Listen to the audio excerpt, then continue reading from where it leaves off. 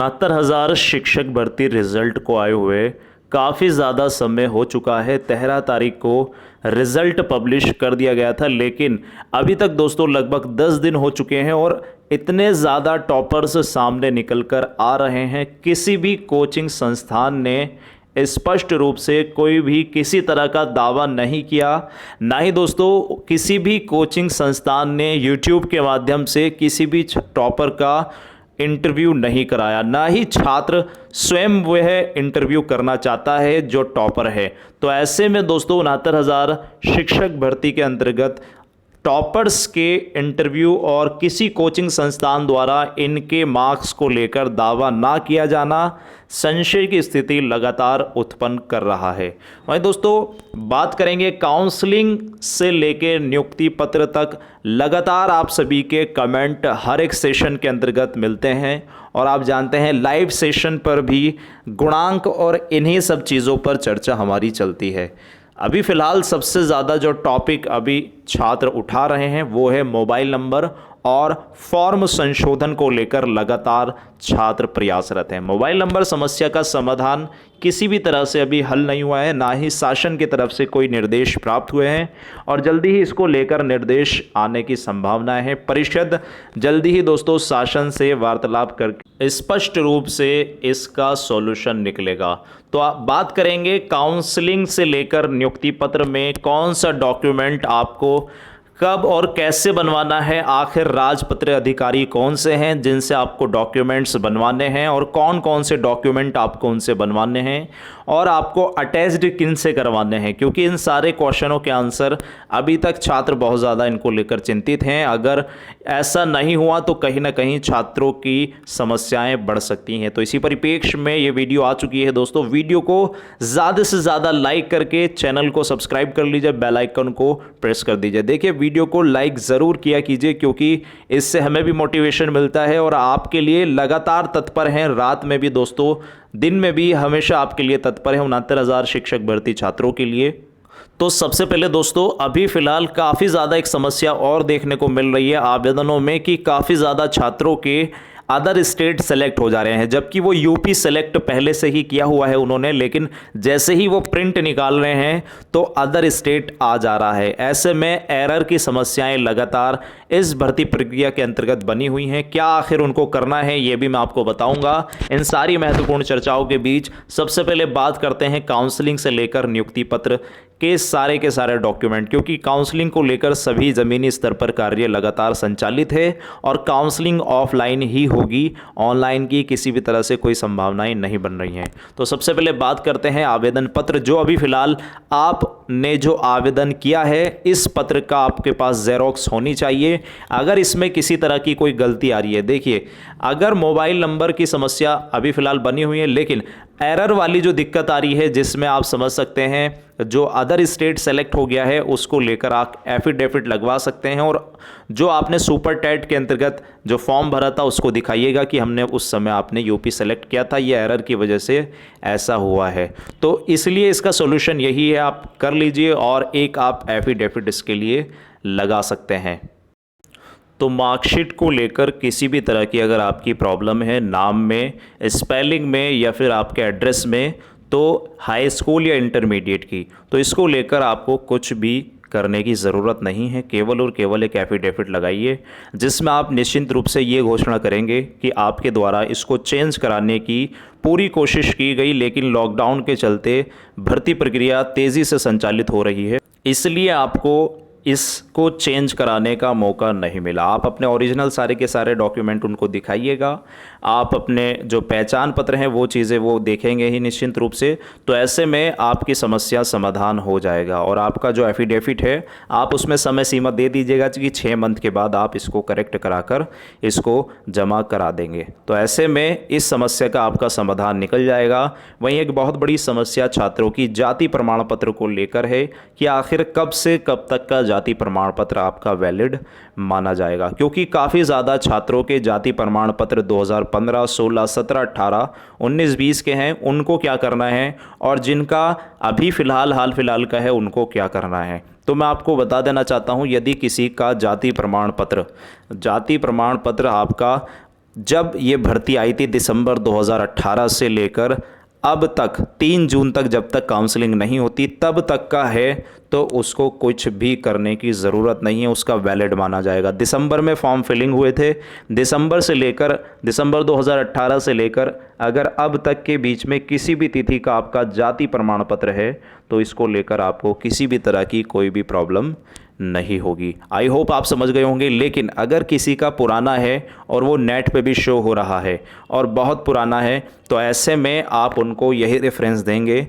कि लॉकडाउन के चलते तहसील और अन्य चीज़ें ना खुलने के कारण आप सभी को इस समस्या का सामना करना पड़ा। ऐसे में आप एफिडेविट या फिर एप्लीकेशन से भी फ़िलहाल काम चल सकता है, लेकिन इस एप्लीकेशन पर आपको राजपत्रित अधिकारी के सिग्नेचर कराने, क्योंकि एफिडेविट को लेकर भी छात्र बहुत ज़्यादा चिंतित है। जब तहसील नहीं खुल रही है तो एफिडेविट कहाँ से बनेगा। ऐसे में आप स्वयं एक जो आपको घोषणा पत्र दिया गया है हमारे टेलीग्राम चैनल पर, उसको आप डाउनलोड कीजिए, उसको प्रिंट आउट कराइए और एक राजपत्रित अधिकारी से इसको सिग्नेचर कराकर, क्योंकि 100 रुपये का स्टाम्प पेपर है वो, उसको सिग्नेचर करा लीजिए, आप उसको वैलिड करा लीजिए, एसडीएम से करा लीजिए। कौन कौन से अधिकारियों से आप करा सकते हैं ये भी मैं आपको बताने वाला हूँ, तो इसको लेकर आप उनसे इसको करा लीजिए। अगर किसी का, अब बात करते हैं निवास प्रमाण पत्र की, तो निवास प्रमाण पत्र को लेकर भी आप सबकी चिंताएं हैं। इनमें भी काफ़ी ज़्यादा लोगों के नाम स्पेलिंग इनमें भी मिस्टेक है और काफ़ी ज़्यादा छात्रों के निवास प्रमाण पत्र 2020 के या 19 के या फिर इससे भी पुराने हैं। तो क्या करना है, देखिए निवास प्रमाण पत्र अगर आपका 2015 से लेकर जून 2015 से लेकर अब तक जून 2020 तक 3 जून 2020 तक जब तक काउंसलिंग नहीं होती तब तक का आपका निवास प्रमाण पत्र अगर आपके पास है तो आपको इसको लेकर किसी तरह की कोई भी चिंता नहीं होनी चाहिए। और निवास प्रमाण पत्र अगर किसी की पुरानी शादी हुई हुई है तो वो निश्चिंत रूप से अपना हस्बैंड का लगा सकती हैं। अगर किसी की अभी शादी हुई है या फिर किसी छात्र की हुई है शादी, तो वो क्या करें, वो अपना घर वालों का ही लगाएगा निवास प्रमाण पत्र। तो आई होप निवास प्रमाण पत्र को लेकर ये वाली चिंता आपकी दूर हो गई होगी। लेकिन अगर बात करें निवास प्रमाण पत्र पुराना, जो बहुत पुराना है 2010, 12, 14, 15 इतना पुराना है, तो ऐसी स्थिति में आपको केवल और केवल कुछ भी नहीं करना है। जो सॉल्यूशन जाति प्रमाण पत्र में बताया वही आप इसके अंतर्गत सम्मिलित करेंगे। आप एक एप्लीकेशन लगाएंगे, एप्लीकेशन लगाने के बाद वही चीज़ें आप इसके अंतर्गत भी करेंगे और आपको राजपत्रित अधिकारी से ये सारी चीज़ें आपको वैलिड करानी होगी। अगर तहसील भी नहीं खुल रही है तो ऐसे में आपको ये चीज़ें करा लेनी होगी। तो आपको राजपत्रित अधिकारी मैं बता देता हूँ, आप डीएम से करा लीजिए, डिस्ट्रिक्ट मजिस्ट्रेट से करा लीजिए, आप एसडीएम से करा लीजिए, ठीक है, आईएएस, आईपीएस, आईएफएस, ठीक है, या फिर आप सरकारी स्कूल के प्रिंसिपल से भी करा सकते हैं। ध्यान रखिएगा, सरकारी कॉलेज के प्रिंसिपल से भी करा सकते हैं। प्रिंसिपल के पास जाइए आप, सरकारी कॉलेज के खुल रहे हैं, यूनिवर्सिटीज़ खुल रही हैं, वहाँ के कुलपति से करा लीजिए आप। तो निश्चिंत रूप से आप समझ सकते हैं, मैंने आपको सबसे बिल्कुल नॉर्मल एग्जाम्पल दिए राजपत्रित अधिकारी के, जिनसे आप नॉर्मली मिलकर ये सारी समस्याओं का समाधान करा सकते हैं। तो आई होप निवास प्रमाण पत्र को लेकर आपकी चिंताएं जो हैं वो दूर हो गई होंगी। अब बात करते हैं चरित्र प्रमाण पत्र को लेकर। चरित्र प्रमाण पत्र, 2 चरित्र प्रमाण पत्र लगेंगे और ये चरित्र प्रमाण पत्र जो हैं वो बाद के लगेंगे। ध्यान रखिएगा, ये बाद में लगेंगे, अभी आपके इसमें कोई भी रोल नहीं है चरित्र प्रमाण पत्र का। इसको काउंसलिंग के समय जब आपको नियुक्ति दी जाएगी तब के समय का ये चरित्र प्रमाण पत्र आपको देना पड़ेगा, आपको जमा करना पड़ेगा। खंड शिक्षा अधिकारी जो है वहाँ से परमिशन लेने के बाद ही आप सभी को इसके लिए प्रक्रियाएं करनी पड़ेंगी। तो चरित्र प्रमाण पत्र के लिए आपको केवल और केवल 2 गैजेटेड ऑफिसर राजपत्रित अधिकारी को, वही कोई भी 2 राजपत्रित अधिकारी हो सकते हैं, वही मैंने जो अभी आपको बताया राजपत्रित अधिकारी कौन से होते हैं, उनसे आप करा लीजिए। सबसे सिंपल कॉलेज के, किसी कॉलेज के प्रिंसिपल, सरकारी कॉलेज के प्रिंसिपल से आप करा लीजिए, ठीक है। हाई स्कूल, इंटरमीडिएट सरकारी है और इनके प्रिंसिपल से, इनसे भी आप करा सकते हैं। निश्चिंत रूप से दोस्तों आप समझ गए होंगे गैजेटेड ऑफिसर राजपत्रित अधिकारी कौन से होते हैं। काफ़ी ज़्यादा आपके इसको लेकर सवाल थे, तो कैरेक्टर सर्टिफिकेट 2 अलग अलग ऑफिसर्स से आपको वैलिड कराकर, जस्टिफाई कराकर, यानी आपको वेरीफाइड कराकर इन सबको जमा कर देना है बाद में। लेकिन अगर आप इसको बनवा कर रखिएगा 3 जून से पहले या फिर 3 जून के बाद भी जब आपकी काउंसलिंग होगी तब भी आप इसको बनवा सकते हैं। कोई किसी तरह की कोई चिंता आपको करने की ज़रूरत नहीं है। वहीं अगर बात करें, एक बहुत बड़ा डॉक्यूमेंट मेडिकल को लेकर है, जो मेडिकल हालांकि दोस्तों अभी इसमें आपका काम नहीं आएगा लेकिन इसकी बाद में आपको ज़रूरत पड़ेगी। मेडिकल को लेकर सभी छात्र चिंतित हैं कि आखिर मेडिकल कौन सा लगेगा और क्या दूसरे राज्य का भी मेडिकल लगा सकते हैं या फिर जिस ज़िले के अंतर्गत हम काउंसलिंग कराएंगे उसी ज़िले का मेडिकल लगाना अनिवार्य होगा। तो मैं आपको कह देना चाहता हूं, जिला स्वास्थ्य केंद्र पर आप जा सकते हैं, अपने पे जा सकते हैं, दूसरे ज़िले के जा सकते हैं, किसी अन्य स्टेट से बनवा सकते हैं। यहाँ वैलिड होगा आपका ये मेडिकल सर्टिफिकेट। लेकिन सबसे अच्छी बात यही है कि यूपी से ही आप अगर आप बनवाएंगे, ये नहीं कि दूसरे राज्य का रिजेक्ट कर दिया जाएगा, क्योंकि आप यूपी के निवासी हैं, आप कहीं और रह रहे हैं, वहाँ से भी आप बनवा सकते हैं। लेकिन यूपी के अंतर्गत बनवाने की ज़्यादा कोशिश कीजिएगा तो आपकी समस्या समाधान होती हुई नज़र आएगी। तो मेडिकल आप बनवा लीजिए किसी भी जिला स्वास्थ्य केंद्र पर जाकर, आप वहां जाकर उसको वेरीफाइड करा लीजिए। उनके स्वयं के जो गवर्नमेंट डॉक्टर्स होते हैं वो उसको वेरीफाइड कर देंगे। आप अपनी इसको बताइएगा कि आपकी काउंसलिंग चल रही है।